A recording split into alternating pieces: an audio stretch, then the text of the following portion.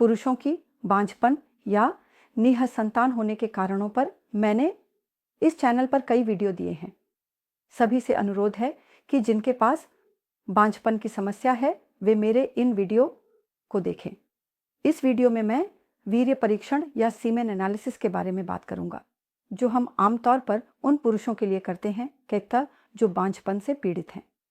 यह एकमात्र परीक्षण है जो हम करते हैं जिसे सीमेन एनालिसिस या वीर्य परीक्षण कहा जाता है। इस वीर्य परीक्षण के लिए कुछ नियमों का पालन करना होता है। जैसे इस वीर्य परीक्षण से पहले हम कहते हैं कि पति पत्नी को 3 दिन अलग रहना चाहिए।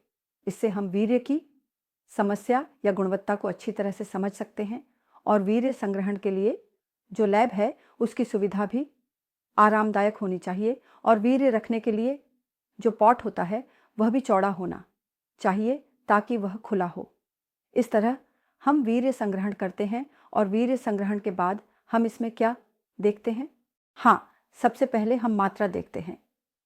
मात्रा कितनी होनी चाहिए? हम कहते हैं कि एकल स्खलन का मतलब है कि एक बार में जो वीर्य आएगा उसकी मात्रा 2 मिली होनी चाहिए, कम से कम 2 मिली होनी चाहिए।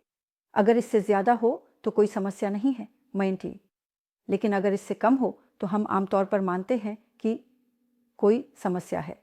फिर हम स्पर्म की गिनती पर आते हैं, मतलब कितनी संख्या में होंगे। हम कहते हैं कि कम से कम 2 ml होना चाहिए। अगर प्रति ml में 20 मिलियन होते हैं तो हम मान लेते हैं कि उस वीर्य की शुक्राणु गिनती ठीक है। अगर 20 मिलियन से कम हो मतलब हम आमतौर पर जिस वीर्य को असामान्य कहते हैं उसे हम 10 मिलियन कहते हैं। अगर किसी वीर्य में प्रति ml में 10 मिलियन की गिनती होती है या उससे कम होती है तो हम उसे असामान्य वीर्य कहते हैं।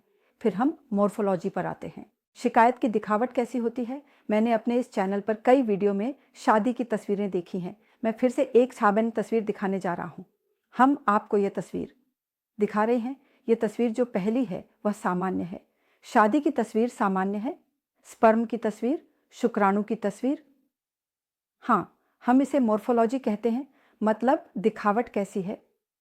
हम आम तौर पर कहते हैं कि जितना बीज होता है और उसमें जो शुक्राणु की मात्रा पाई जाती है उसमें से कम 30% सामान्य दिखावट वाले होने चाहिए। इस तरह की दिखावट होनी चाहिए, हो सकती है, ये हो सकते हैं। उनमें से मेरा जो प्रतिशत है वह 30% है। लेकिन इस तरह के सामान्य जो होने चाहिए तभी उस वीर्य से बच्चे होने की संभावना बहुत अधिक होती है। मॉर्फोलॉजी के बाद मतलब दिखावट के बाद एक और महत्वपूर्ण चीज़ होती है, वह है गतिशीलता। क्योंकि लाखों लाखों बीजों में शुक्राणु होते हैं और उन्हीं शुक्राणुओं से एक शावक शुक्राणु के जरिए ही एक सांभर अंडाणु निषेचित होता है। इसलिए गतिशीलता बहुत ज़रूरी है।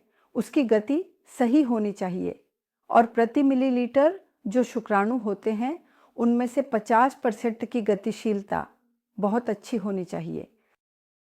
100% में से 50% की हम बात करते हैं कि वही शुक्राणु जो अंडाणु को निषेचित करने की क्षमता रखते हैं। इसलिए हम शुक्राणु संग्रहण में इन चीज़ों को देखते हैं कि अगर कोई पुरुष इन मानदंडों को पूरा करता है तो यह माना जाता है कि उसे बांझपन की समस्या नहीं है और वह स्वस्थ है। स्वस्थ रहें, स्वस्थ रहें, स्वस्थ रहें।